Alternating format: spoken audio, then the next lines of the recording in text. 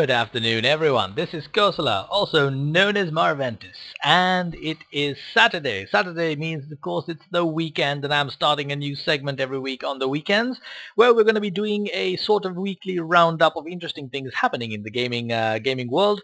With regards to games I'm interested in, obviously, and hopefully that you'll be interested in. These are not going to be very massively long reviews, previews, insights, because let's face it, it's YouTube and we don't have that kind of attention span. So I'm going to keep it nice and short. Let's get started with the latest shingdings in the world of Starcraft 2.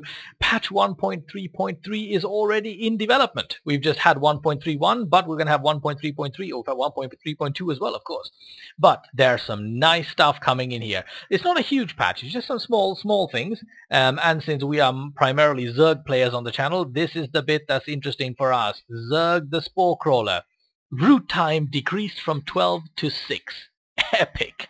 Finally, you'll be able to have your spore crawlers get up and land in a different place. This is actually incredibly useful, because I've had situations where the only anti-air I had available to me was indeed a spore crawler, and he just happened to be parked in the wrong goddamn place, and he couldn't move him fast enough.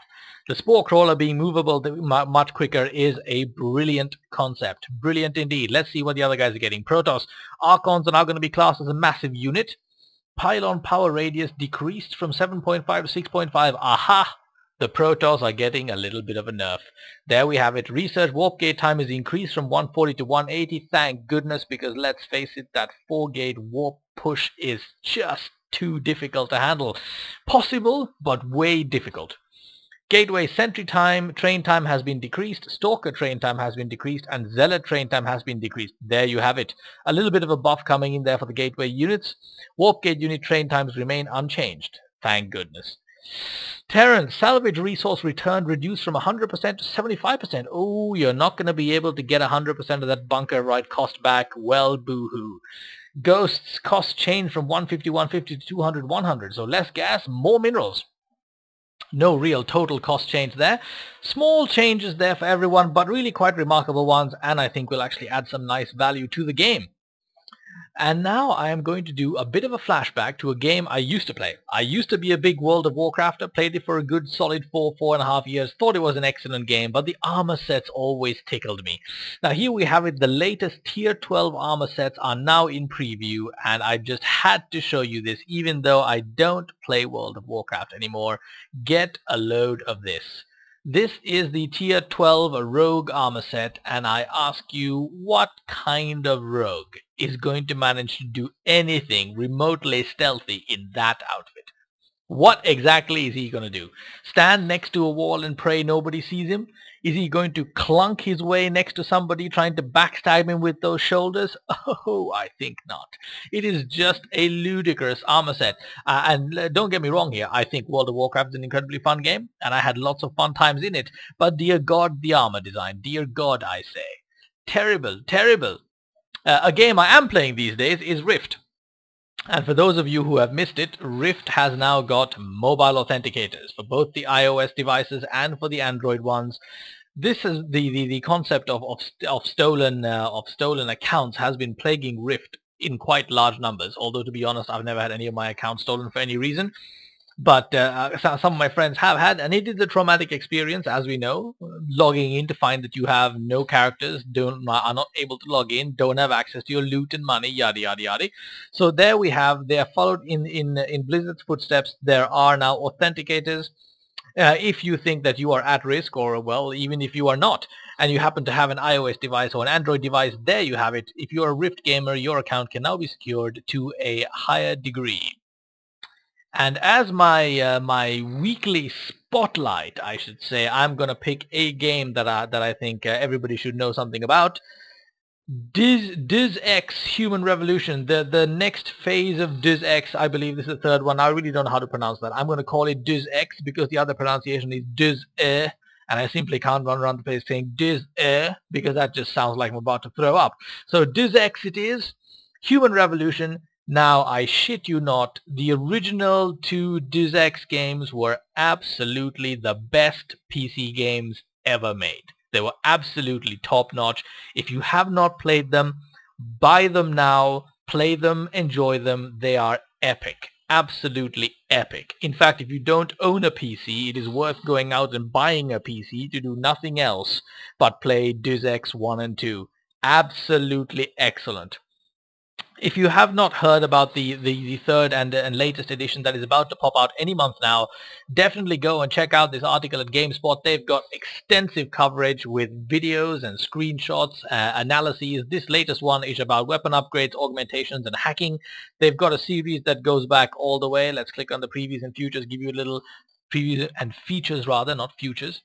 So we have a Human Revolution Q&A, we have first impressions, updated impressions, then you have preview extended hands-on parts 1 and 2, and then the latest article, which pretty much covers everything that you can possibly imagine and then some. So there you have it. I will have the links in the description for all this stuff. Go and check it out. And once again, I am not overstating it. If you haven't played Deus Ex 1 and 2, you must play them. They're absolutely excellent. The top-notch granddaddy of action RPGs. Absolutely excellent. I'm super looking forward to this one. Now, as the final segment for today, I'm going to take a little look at Steam and give you a little shout about what's new and happening in the world of the Steam-powered community. If you have not discovered Steam yet, by all means, go to store.steampowered.com, get yourself an account. It is definitely the best, easiest, smoothest way to buy computer games, and there's a massive selection out there. Weekend deal is Mount and Blade at a whopping 60% discount. A 60% discount. Now, I've never played this game. I'm just saying that is the discount of the weekend. And PC Gamer had some sort of whopping review here. Let me just get to it. It's somewhere in here. There we have it. PC's most creative unscripted action RPG, says PC Gamer. I have absolutely no idea if they're accurate in that statement, but that's what they're saying. It's £8.99, that is, from Steam. You can go and grab it this weekend. This deal ends on Tuesday at 10 a.m. Pacific time, so you've got a couple more days to make up your mind. Now, aside from that, Hector, Episode 1, Badge of Carnage. Now, what can I tell you, fellas?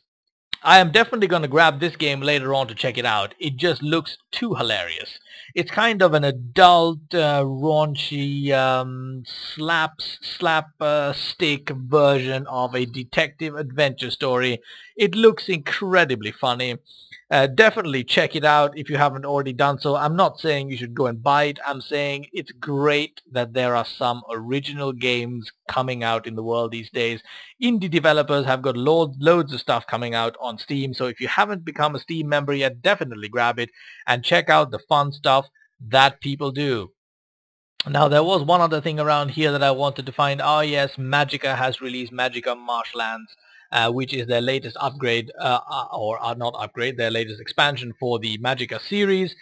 Do check that out. If you have not checked out the Magica series before, you'll find extensive coverage of it all over YouTube, and also one of my favorite casters, Mr. Total Halibut, does an extensive Magica series coverage with the developers themselves. So fun and games there, folks. So there we have it, a quick cover of this week's hip and happening items in the world of Blizzard games and in the games that I play and on Steam. Hope you're enjoying it. I would also love to see what your games on Steam that you guys play are all about. So do comment below and let me know, and also comment in general about whether or not you think this kind of weekly update of the happening shit in the world of games is interesting for you, because I'll be interested to see whether there's sufficient to keep this going, and in what kind of format we should run this. So consider this to be sort of the inaugural event. That's I'm putting it out there, and I'm waiting to hear your ideas on what you'd like to see. So I'm expecting to see tons of comments. Looking forward to seeing them, and enjoy and have a wonderful weekend. Ta-ta.